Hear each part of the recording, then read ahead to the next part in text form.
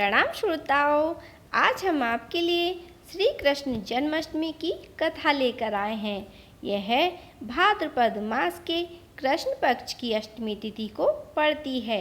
इस दिन श्री कृष्ण का जन्म कंस के कारागार में हुआ था।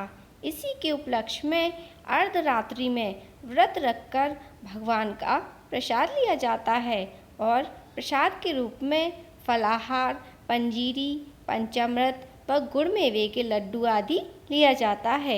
इसी दिन नंद महोत्सव भी मनाया जाता है।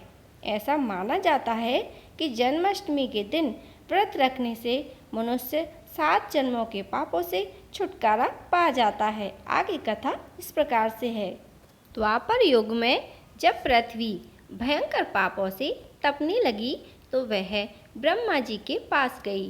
तब उसकी करुण गाथा सुनकर ब्रह्मा जी व अन्य देवी देवताओं ने कहा कि हमें भगवान विष्णु के पास जाना चाहिए। तभी ब्रह्मा जी, पृथ्वी व सभी देवी देवता भगवान विष्णु जी के पास क्षीण सागर में जा पहुँचे। वहाँ भगवान विष्णु शेष शैया पर सो रहे थे। तभी सभी देवता गणों ने मिलकर उन्हें प्रणाम किया और सब मिलकर उनकी स्तुति करने लगे। तभी भगवान विष्णु अपनी निद्रा से जाग गए और सभी के वहां आने का कारण पूछा।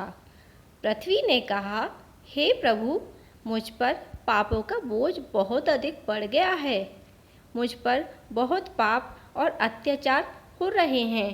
कृपया करके इनका निवारण कीजिए। तभी प्रभु ने उत्तर दिया कि मैं ब्रजमंडल में कंस की बहन देवकी के गर्भ से 8वें पुत्र के रूप में जन्म लूँगा। आप सभी ब्रजमंडल में जाकर यादव कुल में अपना शरीर धारण कीजिए। इतना कहकर भगवान विष्णु अंतर्ध्यान हो गए। इधर सभी देवी देवताओं ने ब्रज में आकर नंद बाबा, यशोदा, गोप गोपिकाओं के रूप में बनकर यादव कुल में निवास किया और कंस की बहन देवकी का विवाह हुआ था।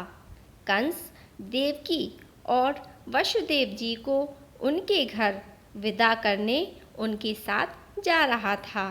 तभी आकाशवाणी हुई और कहा कि हे कंस, तू जिस बहन को इतने प्रेम पूर्वक ले जा रहा है, तेरा काल इस देवकी के गर्भ से 8वें पुत्र के रूप में जन्म लेगा। तभी कंस ने तलवार निकाली और देवकी को मारने के लिए आगे बढ़ा। तो वासुदेव जी ने कंस से प्रार्थना की कि इसमें देवकी का कोई दोष नहीं है। मैं अपनी सभी संतानें जन्म लेते ही आपको सौंप दूंगा। फिर तो आपको भयभीत होने की जरूरत नहीं है। तभी कंस ने भयभीत होकर देवकी और वसुदेव जी को अपने कारागार में बंदी बना लिया और एक एक करके उनके 7 पुत्रों को मार डाला। फिर देवकी ने अपनी 8वीं संतान को जन्म दिया। उस दिन भाद्रपद मास के कृष्ण पक्ष की अष्टमी तिथि थी। भगवान विष्णु ने वासुदेव जी को आदेश दिया कि वह गोकुल जाकर अपने पुत्र को यशोदा को दे दें और उनकी पुत्री को यहाँ से ले आएं। इस तरह श्री कृष्ण जी का जन्म हुआ। जब कंस को पता चला तो वह अपनी बहन देवकी की 8वीं संतान का वध करने के लिए कारागार की तरफ चल दिया। इधर गोकुल में माता यशोदा ने एक पुत्री को जन्म दिया था जो योग माया थी। इधर जब कंस कारागार के लिए निकला तभी बहुत तेज आंधी तूफान उठने लगा। कारागार के सारे सिपाही मूर्छित होकर गिर पड़े और सारे द्वार अपने आप खुल गए। वासुदेव देवकी की बेड़ियां अपने आप खुल गईं। तभी वासुदेव जी अपनी 8वीं संतान अर्थात कान्हा जी को लेकर गोकुल के लिए निकल पड़े। रास्ते में यमुना नदी पड़ती है। उन्होंने भगवान को टोकरी में रखकर सर पर रख लिया और यमुना पार करने लगे। यमुना मैया भगवान के चरण स्पर्श करना चाहती थी, तो वह बहुत उफान पर थी।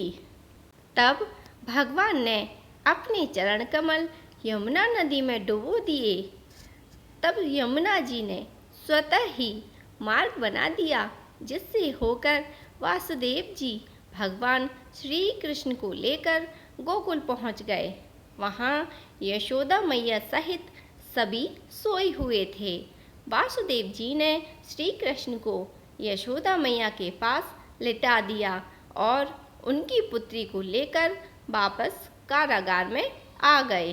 तभी सब कुछ पहले के जैसा हो गया। सभी द्वार अपने आप बंद हो गए। बेड़ियां भी अपने आप बंद गईं।